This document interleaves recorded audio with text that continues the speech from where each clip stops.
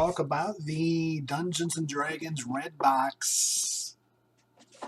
Bum, bum, bum. Da, da, da, da, da, da, da, da. Stranger Things box set. Now, I am not going to go into what's in the box, what's in the box, what's in the box, what do you get. It's cool, okay? I mean, there's a lot of other videos out there talking about it. I'm just going to tell you my thoughts on when I actually DM'd this for a group of players. I actually had seven players go through this.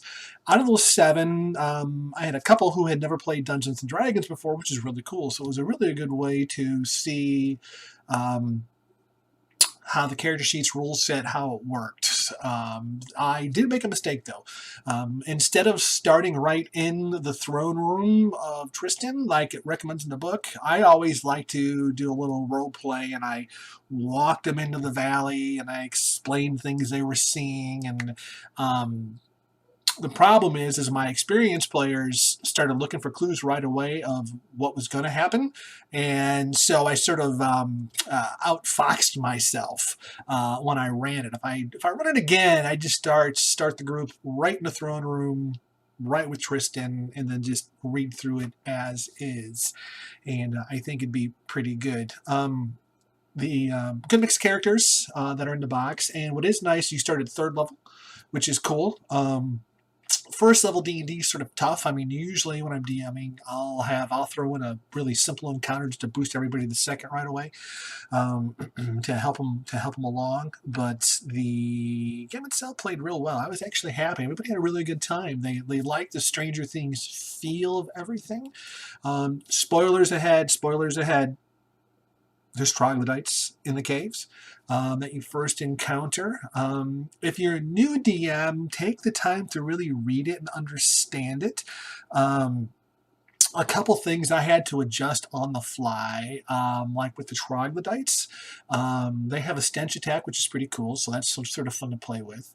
But at a certain point, you meet the leader of the troglodytes, and you're supposed to sort of parlay and work something out. But up until that, but before then, you're running into these things and you're just beating the crap out of them.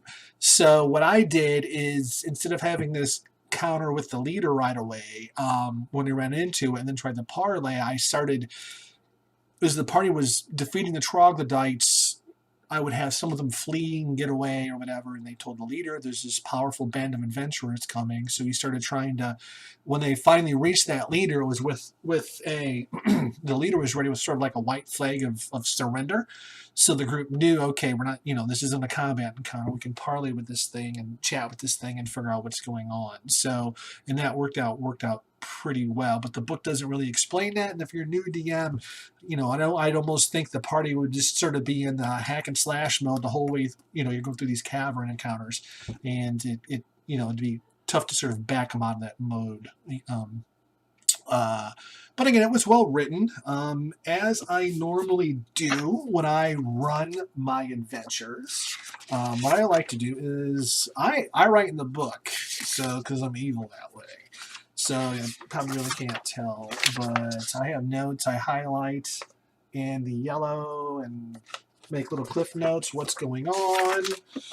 You notice with the maps, I'll sort of write what's in the locations and things. Oh, that camera's not picking that up too well. But you'll see I highlight so I know what's going on when I do my read-through. It makes it easy to DM. You don't have to. That's just sort of a personal thing. But the adventure plays really well.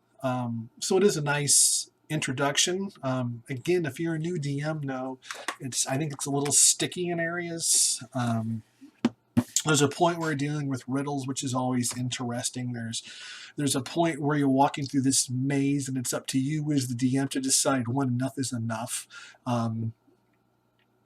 Even with the amount of players that I had in the game, I had a high number of players.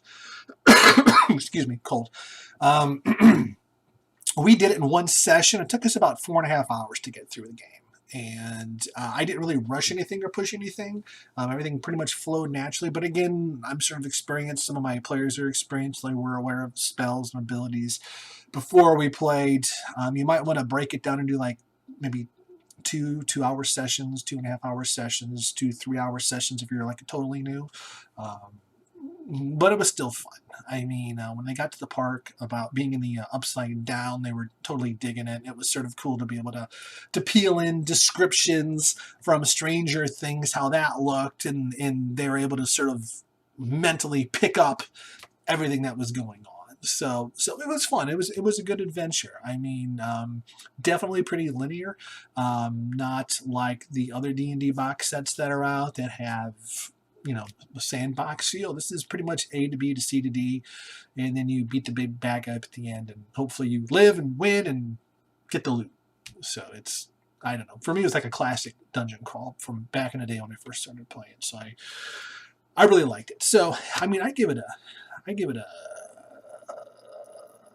B plus A minus. I mean, the only reason it's challenging is again just because there's some things where the DM has to make a personal call on when to move forward with the adventure and things like that. And but the encounters are balanced okay, and I even let the party sort of level up.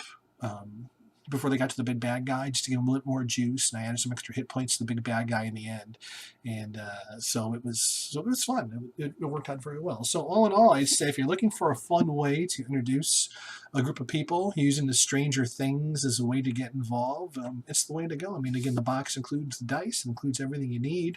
The book comes with the rules with it. Again, well done.